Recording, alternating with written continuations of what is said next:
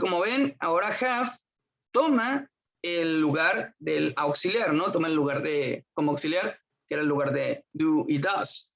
Entonces, rewrite each question using have got. Do you have a cat? Have you got a cat? Does this town have a theater? ¿Cómo sería entonces? Con have got.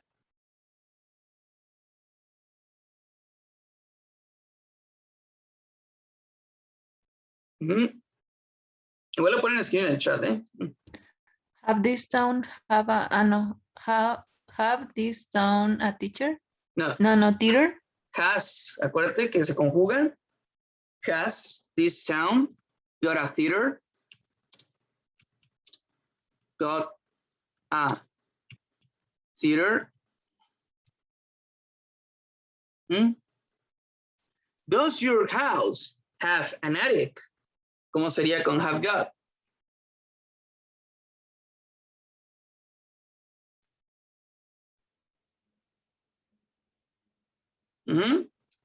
¿Tiene tu casa un ático? Sería, profe, has your house got an attic? An attic, muy bien, exacto. Ok, entonces, has your house got, sorry, an attic?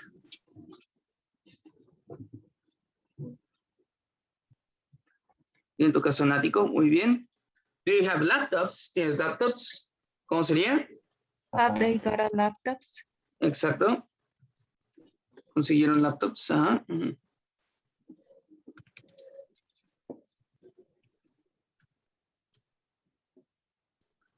¿Qué la cuarta? Has this coffee shop got a bathroom? Así es.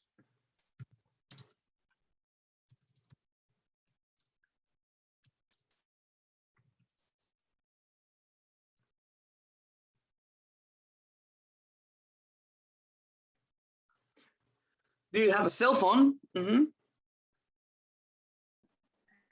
Have you got a cell phone? Muy bien.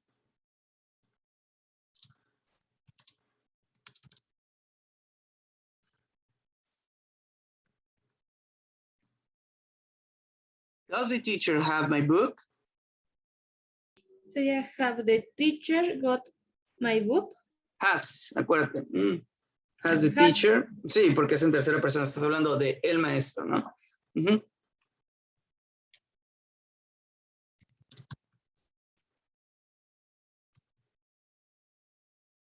Ok. Ahora, say the answers out loud, filling the gaps. Di las respuestas en voz alta, rellenando los espacios. Has Milo got a washing machine? ¿Tiene Milo una lavadora? No, he hasn't. Has she got a toaster?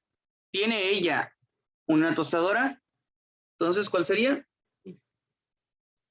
Yes, she has. Así es. Y en la siguiente, has the house got a dining room? Yes, it has. Ajá, muy bien. Ahí está. Have they got a new refrigerator? ¿Tiene un nuevo refrigerador? ¿Cuál sería? Igual lo pueden escribir en el chat, ¿eh? No, they haven't. Ajá, muy bien. No, they haven't. Muy bien. Vamos a escribir.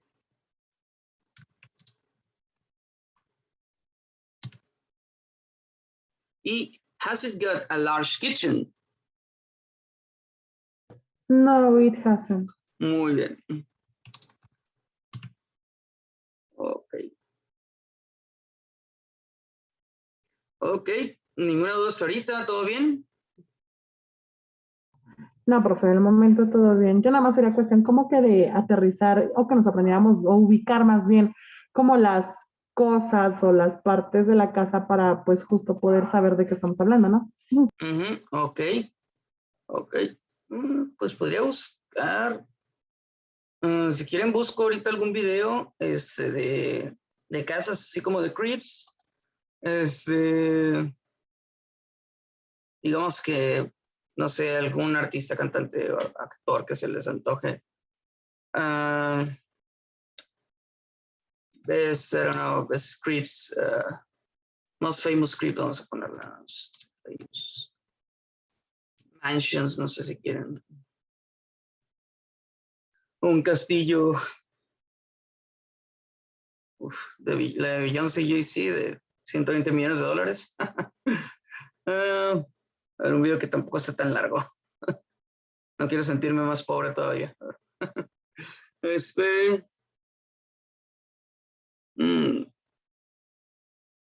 Y se destaca celebridades.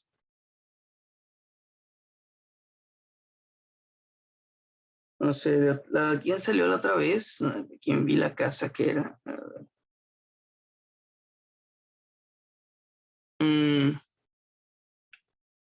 Expensive Mansion Tour. Vi una que era de como de 23 millones de euros y que no sé qué allá en Dubái, bla, bla, bla. A ver. Un video que no está tan largo. Biggest and most expensive house in the world and the United States.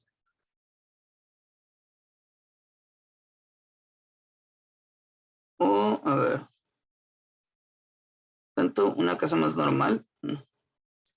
Esas sí hay mucho que presumir.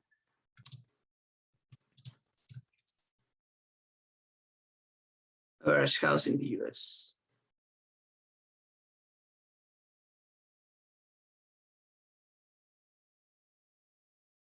Standards.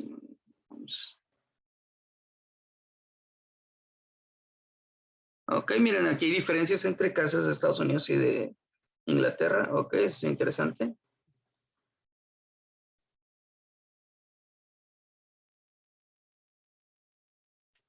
Hey guys, I'm Eric. And Grace. We're the Wandering Ravens. We're an American couple with a deep love for all things UK, so today we're drinking Yorkshire tea and exploring the differences between British and American homes. Shout out to our friends Jeff and Connie from the UK for sending us this delicious tea. This is a really exciting episode because we've lived in 9 different British houses and dozens of American houses. So we've compiled a rather modest list of differences between British and American homes. But before we get into those, if learning about how we provincial Yanks live causes you to cackle with glee, then make sure you click subscribe because we release new UK versus USA videos every single Saturday. Also, make sure you give this video a like to promote it on YouTube, and because if you don't, I will put this tea bag back in my tea. Okay, the first thing we need to talk about are the differences between the way Brits and Americans talk about the places we live. In the UK, we would call this a terraced house. But in the United States, we call this... Why are you Australian? Am I Australian? Yeah, you have to sound like you're from the south. South. In the UK, we call this a terraced house. In the United States, we call this a townhouse. I did it again, didn't I? You sounded Australian Shit. again. I'll just say it in my normal voice. Okay, how about that? Up next, we have a semi-detached house. Which, of course, we would call a duplex or triplex. In the UK, this is a detached house. And here in good old Yankee Land, this is simply a house. And last but not least, of course, we have a flat. Which, here in America, we call an apartment or condominium. Or condo. And we've heard a lot of people express confusion about the terms apartment and condo. So let's clear that up real quick. Basically... Ok, más o menos están entendiendo lo que van diciendo ellos.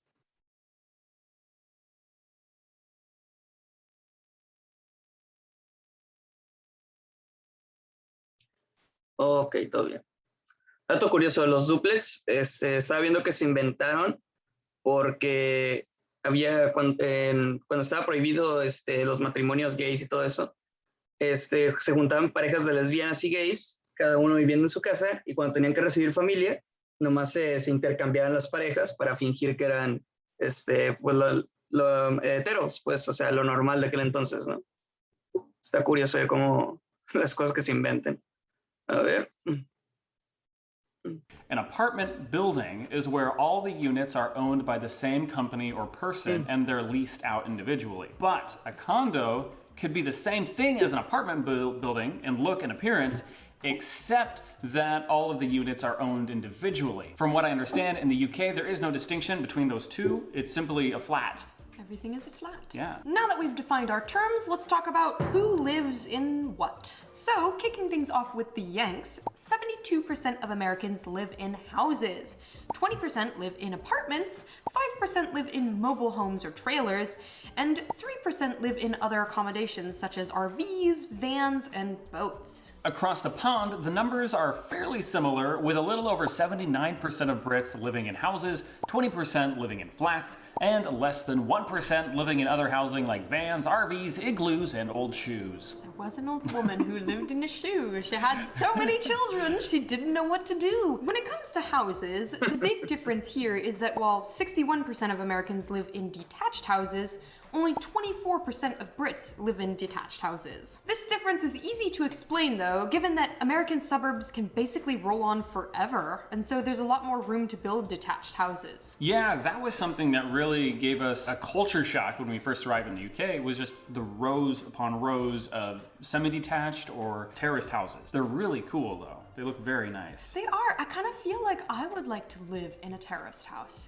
Terrorist? A terrorist house? No. That's what I meant. Now let's roll into our next difference, look at the floor plans, and talk about house size. Something that surprised us was that in the UK, the average house size is 76 square meters, or for our Yankee friends, that's 818 square feet, which is not only smaller than the average American house, but is also smaller than the average house in Australia, Denmark, France, Spain, and even Ireland. American houses, on the other hand, are nearly 3 times larger than British homes, coming in at an average size of 214 square meters or 2,303 square feet.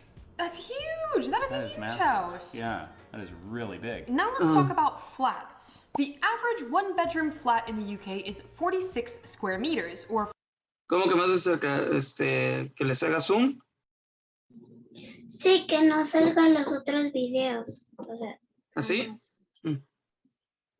creo que todavía. Pues sí, Ok. gracias.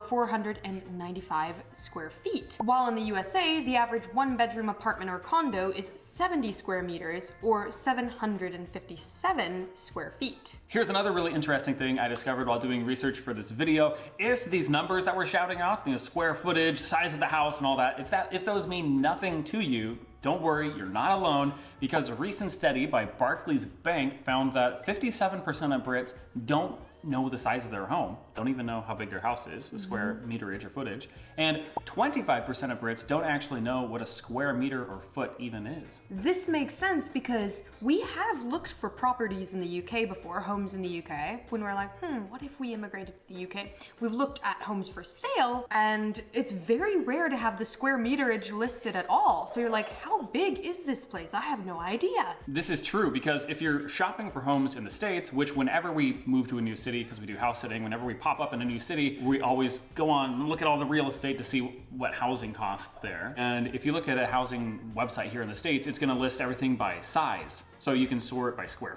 footage. You can say, I want a minimum of 1,000 square feet, or I want a place between 800 and 1,000 square feet. And most Americans will know the size of their house. So I think this difference between real estate in the UK and the US and listing square footage is probably why most Brits don't know the size of their home. But if you're British, do let us know. Do you know why British real estate companies don't mention the square footage? Because it is very frustrating when we're looking for homes in the UK, which we do rather regularly, and we don't know how big this house is. So I'm like, oh, this house only costs $200,000. 300,000 pounds, but I don't know how big it is, so I can't tell if this is a good deal or a terrible deal. It's probably just like one of those little like stick huts in the backyard. It's the shoe. It's the shoe. old lady's shoe. Now let's step through the front door and talk about the next difference between British and American homes, which is rooms. So, kicking things off with British homes, the average British house will have a living room, the kitchen, a bathroom or two, a couple of bedrooms, the dining room, and of course, some homes will have the odd conservatory or dungeon. And we're probably gonna get some flack for the way we said that, because we would say conservatory. But you guys would probably say conservatory? That's it, yeah, conservatory.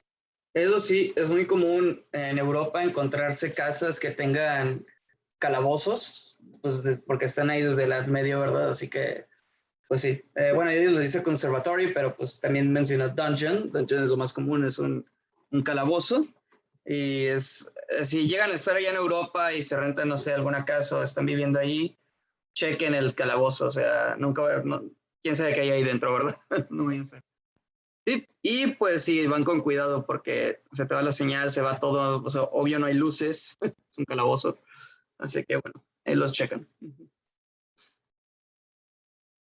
Conservatory. I would love to have one in my future probable home someday. Which might be a British home if we ever figure out the square footage. Now let's jump across the pond and look at the bog standard American house. The bog standard American house will have all of these rooms that we just listed, except for conservatories and of course, dungeons. But the American house will have some rooms that we don't see in the UK very often. These rooms include the laundry room or utility room, the food pantry where you store food, the garage, the basement, and the den or office. Of course, we understand that some British homes, the ones on the larger side, do have these rooms as well, but we've only seen them in 1 or 2 out of the 9 homes that we've stayed in so far. Now let's talk about house construction. One thing we noticed while we were in the UK was that most homes seem to be built out of brick or stone, whereas across the pond in the US, most of our houses are built out of wood. And this is a question we've received from a lot of Brits, both in person and in the comment sections. Why are American homes made out of cheap, flimsy wood? Would you build your ship out of rocks? That is my question. Would you build it out of rocks? I think not. Yeah, that's true. Case closed. No, but seriously, wood is cheap, strong, it's renewable, and it also lasts forever. There's, I think the oldest American house that's made out of wood dates all the way back to the 1600s. And in the UK, you guys have wooden houses dating back to the 1300s. Another misconception that we hear a lot is that American homes are only made from wood. But there is a lot of regional variety. In some places in the States, wood is really rare, and most houses are actually built out of brick and masonry. And in parts of the States where there are wooden houses, they're generally a compilation of cinder blocks, bricks, stone, steel, beams, sheetrock. I think the difference here is that throughout the history of the UK, there's been this long history of deforestation. And so lumber hasn't been a plentiful resource. So it just makes sense. Brick and stone houses make sense there. Whereas in the States, we have lumber everywhere. And so it makes sense that houses are made out of wood. So I don't think one is like better than the other. I think a stone cottage is better than the other. That's true. I like the stone cottages, but I also like the half-timbered houses, like Tudor houses and stuff like that. Okay. Yeah, those look really nice. You don't like Tudor houses? No, I like them, but I wouldn't want to live in one. I would want to live in a stone cottage. All right, now we're going to start talking about some of the fun miscellaneous differences between British and American homes, starting with washing machines. So it's common for British people to have their washing machines located in their kitchens, which was quite a surprise to us because here in the US, we have a separate room that is dedicated to washing your clothes. Along a similar vein, 80% of American households have a clothes drying machine, while only 58% of British households do. In the UK, when we house sit, we have to get used to air drying our clothes. Mm-hmm. Yeah. And it's always such a pain because the UK. Eso sí, allá en Europa tienes que estar tendiendo así porque como no hay sol, así son los tendederos que hay. O sea, literal, estás viviendo en tu dorm de 3x4, ahí donde duermes, ahí tienes que tender, ahí cenas, ahí trabajas. Es una locura, la verdad. El tamaño de las casas allá en Europa son muy chicas. Y pues sí, así es como se vive allá. Y como les digo, pues obvio, como hace mucho frío, no hay balcones, y los balcones que hay en realidad son pues todos cubiertos por ventanas, por obvias razones, no, luego te congelas. Y ya pues en verano es cuando se secan más rápido las ropas, pero allá la verdad una secadora sirve bastante. El problema es que, por ejemplo, de donde yo vivía no había secadoras, pero estaban muy caras, la verdad, y pues todos los más codos, que éramos como el 90% de los estudiantes, nomás secábamos así la ropa, ¿no? Con el tendedero que te costaba como 90 coronas o algo así, 90 pesos. Hey. UK is a little bit more damp. I feel like it takes a long time for anything to dry. It'll just stay perpetually wet for days. It makes sense that in the Eso sí, o sea, luego les digo, como es húmedo, se queda la ropa mojada por días y días. Así que, ¿qué hacía yo? Por ejemplo, pues con mi laptop se calienta bastante, pues cuando me ponía a usar la laptop, abajo ponía una prenda, y órale, fuera, y ya con eso, con lo que se calenta la laptop, ¿verdad? Pues así aprenden. No, nunca compré una plancha, la verdad, digo, la laptop ya está cuadrada, ya con eso es suficiente, ¿no? Y si uno siempre está usando ya chamarras, no es como que importe mucho si la ropa está arrugada o no. UK, where you guys are more environmentally conscious in general than here in the States, you guys would forego having a drying machine. Although I would put this in the category of accidentally environmentally friendly, kind of like the house size. Like it's not intentional, it's more a consequence of size constraints. But it's a positive consequence. The next difference between British and American homes is closets. Closets are another feature of the American house. In fact, in standard real estate practice, it's common to not actually list a room as a bedroom unless it has a closet. Across the pond in the UK, we never saw a bedroom with closets. From what I remember, all of the homes we stayed in either had a wardrobe for clothes or they had those fitted wardrobe things that go over the bed, which at first we thought were really nice. We walked into a room with it and we were like, this looks so great.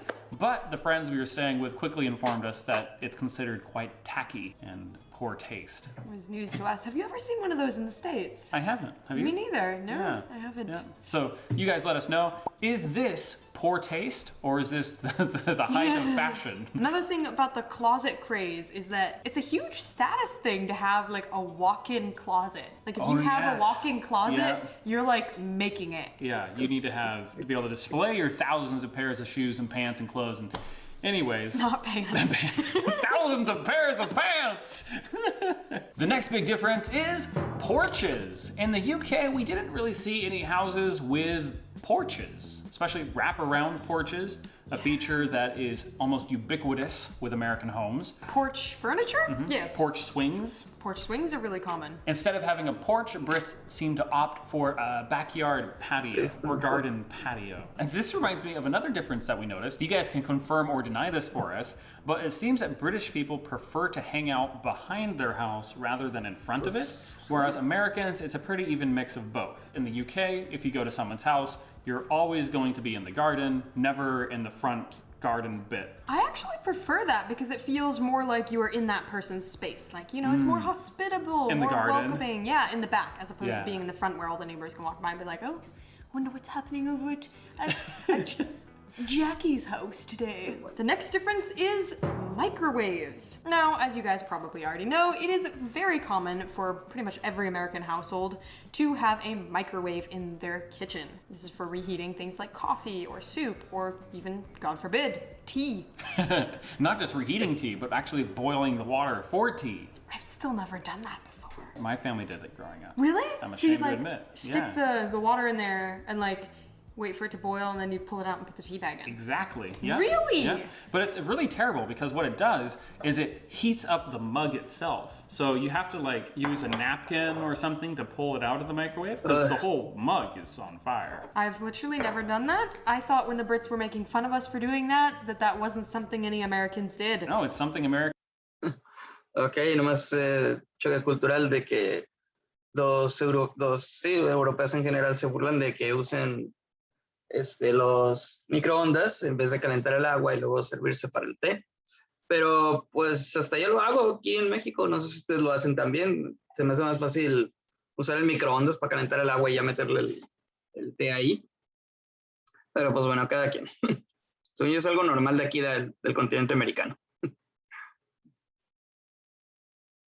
Americans do. I'd like to say, not throwing my family under the bus, they did eventually get rid of the microwave and now exclusively use an electric kettle. The next difference is dishwashers. Around 49% of British households have dishwashers in their home, whereas around 68% of American households have dishwashers. Just like with laundry machines and dryers, this makes a lot of sense. There's a lot less room in a British house, so you're not going to have room for a dishwasher.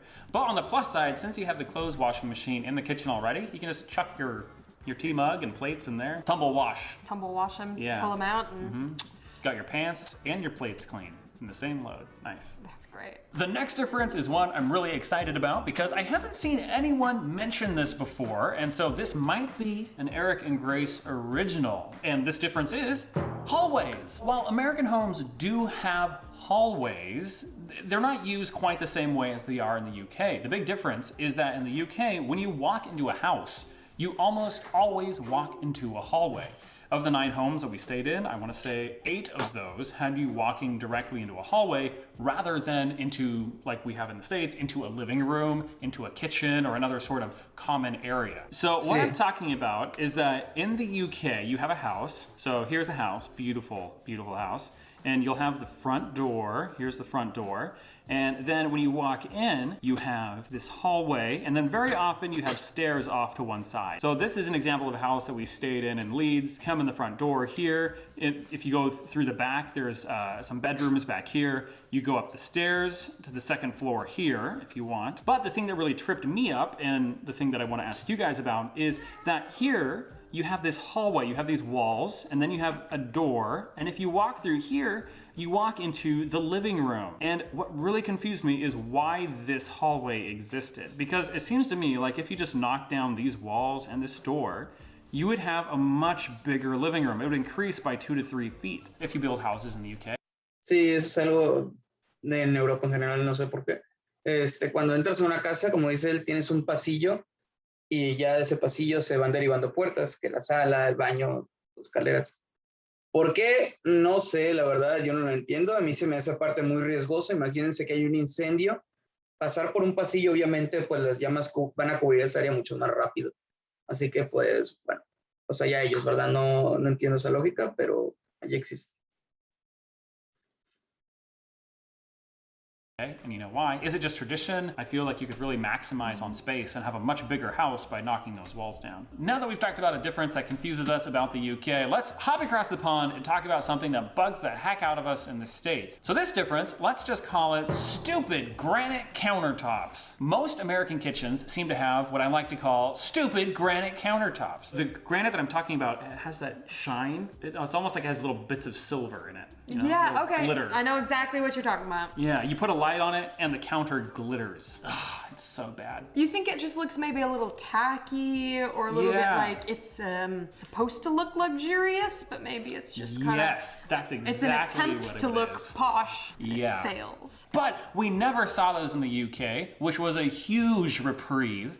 We needed that. And so thank you, UK, for helping us recover from stupid granite countertops. Now it's your turn. What differences have you noticed between British and American homes? And is there anything about American homes in particular that really confuses you if you're not American? Drop those questions down in the comments and we will do our very best to answer those. And if you haven't already, do make sure that you subscribe to this channel. Not only does that help us grow and spread the glory of British culture around the internet, but it also makes sure that you...